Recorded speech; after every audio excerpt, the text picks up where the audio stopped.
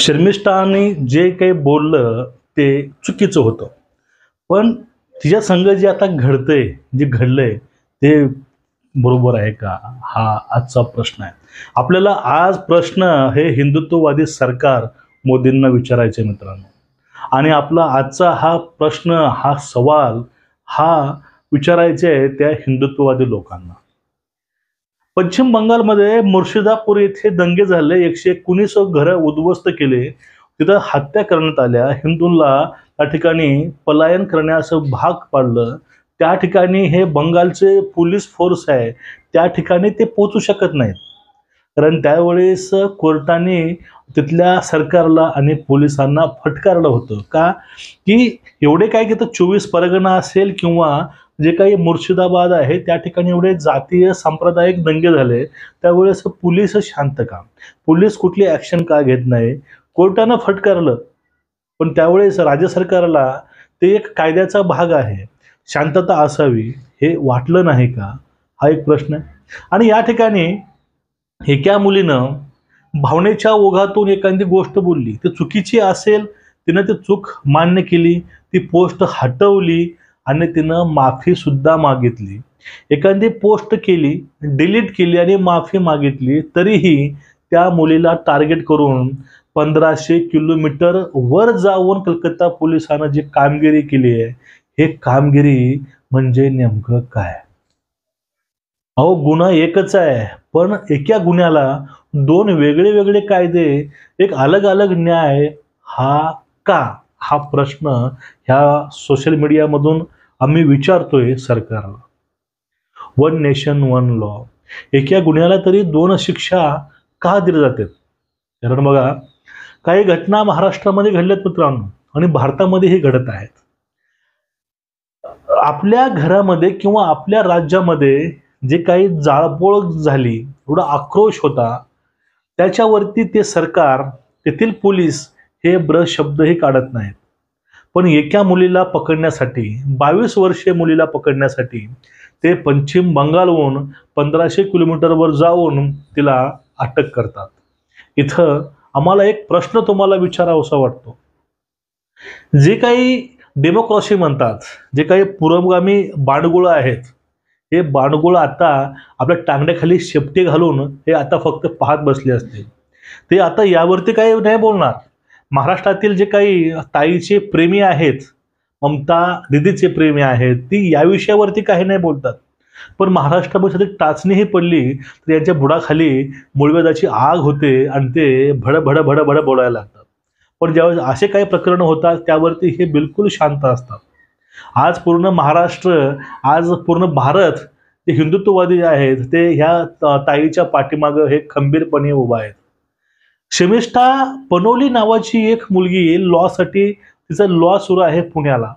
पण जे काही पहलगाम अटॅक झाला, ऑपरेशन सिंदूर झालं, त्यावरती जे पाकिस्तानी आतंकवाद्यांच्या पाकिस्तानी काही कट्टरपंथीयांच्या जे कमेंट्स यावरती यायच्या, त्याला उत्तर म्हणून त्या मुलीनं भाष्य केलं होतं.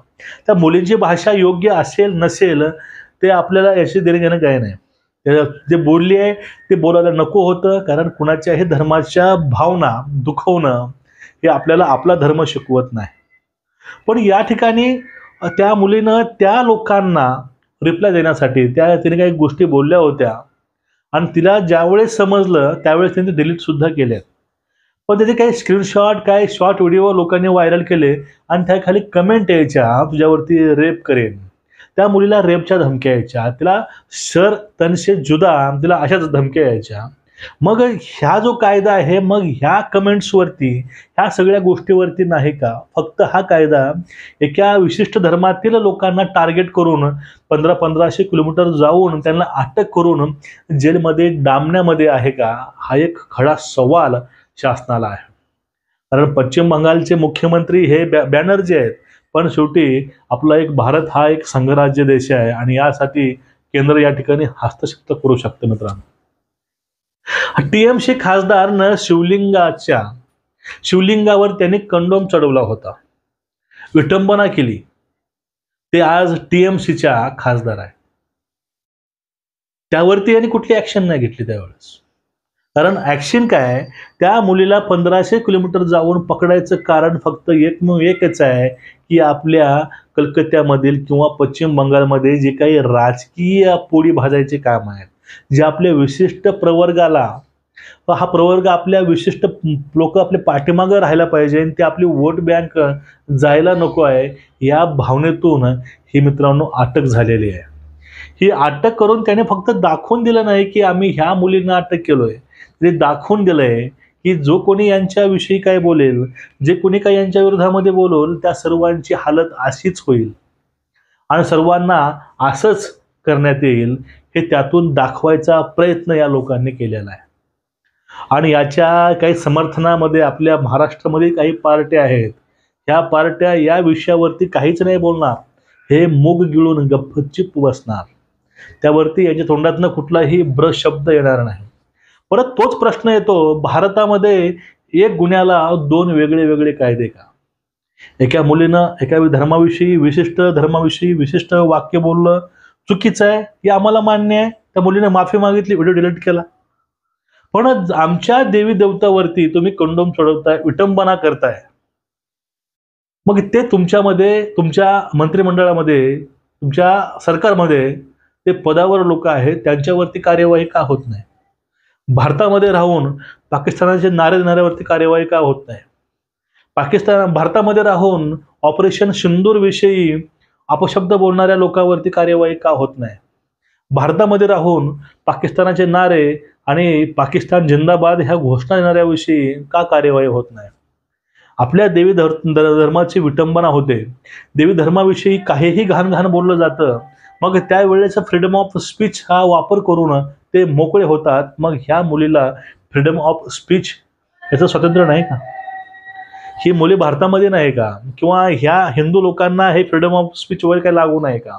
ते नेहा राठोड नावाची पोरगी नाही ती बोलून गेली पाठीमागे, ते बाहेर आज आझाद फिरते आणि फक्त एका पोस्ट टाकली, डिलीट केली, माफी मागितली, तरीही या मुलीला ह्या सगळ्या गोष्टी फेस कराव्या लागतात. आणि खास म्हणजे या ठिकाणी पश्चिम बंगाल पोलीस एवढं कार्यतत्पर आहे, की ते त्या मुलीला अटक करण्यासाठी, एका माफी मागितलेल्या मुलीला अटक करण्यासाठी 1500 किलोमीटरवर जाऊन तिला अटक करतं. यात आपला पुरुषार्थ दाखवतं. आणि यावरती जे पश्चिम बंगाल सरकार आहे ते काय म्हणतं, ते काही ज्यात कार्यवाही झाली आहे, ही कार्यवाही ही कायद्याच्या मार्गाने झाली आहे किंवा कायद्यामुळे झाली आहे. मग ज्यावेळेस मुर्शिदाबादमध्ये काही घटना घडली होती, त्यावेळेस त्यांच्यावरती कायद्यानं फटकारलं होतं, कायद्यानं ज्यांना, की तुम्ही तुमचे पोलीस काय करत आहेत. त्यावेळेस यांना ह्या नाही दिसल्या गोष्टी. फक्त भारतामध्ये तुम्हाला राहायचं आहे तर तुम्हाला शांतच राहायचं आहे. तुम्हाला यांना काही नाही बोलायचं आहे. तुम्हाला कुणाविषयी काही नाही बोलायचं आहे. आपल्या धर्माचा कोणी मान राखावा असं वाटत असेल तर आपणही त्या दुसऱ्या धर्माचा मान राखायला शिकलं पाहिजे. तुम्ही काहीही बोला, विटंबना करा, मूर्त्या फोडा, देवळं तोडा, काही तुम्ही करा, त्यावरती आम्ही काहीच नाही बोलणार. काय बोललं तर डेमोक्रेसी आहे, सर्व धर्मनिरपेक्ष आहे. पण ज्यावेळेस एखादी घटना काही अनावधानाने घडते, त्यावेळेस मात्र ह्या गोष्टी येत नाही.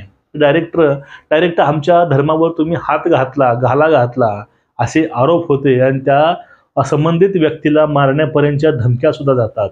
आणि त्यावरती हे प्रशासन काहीच नाही बोलत. त्यावेळेस हे लोक काहीच नाही बोलत, नाही राजकारण बोलत, नाही कोणीच काहीच नाही बोलत. ह्या लोकांना देणं घेणं काहीच नाही, फक्त वोटिंग, फक्त मतांचं देणं घेणं आहे यांना. हिंदू धर्म आता बुडत चाललाय, याची उदाहरणं हेच आहेत मित्रांनो. आपण जातीमध्ये वाटून बसलोयत, आपण कास्टमध्ये भांडणं करतोय आणि आपला फायदा तिसराच कोणीतरी घेऊन जातोय.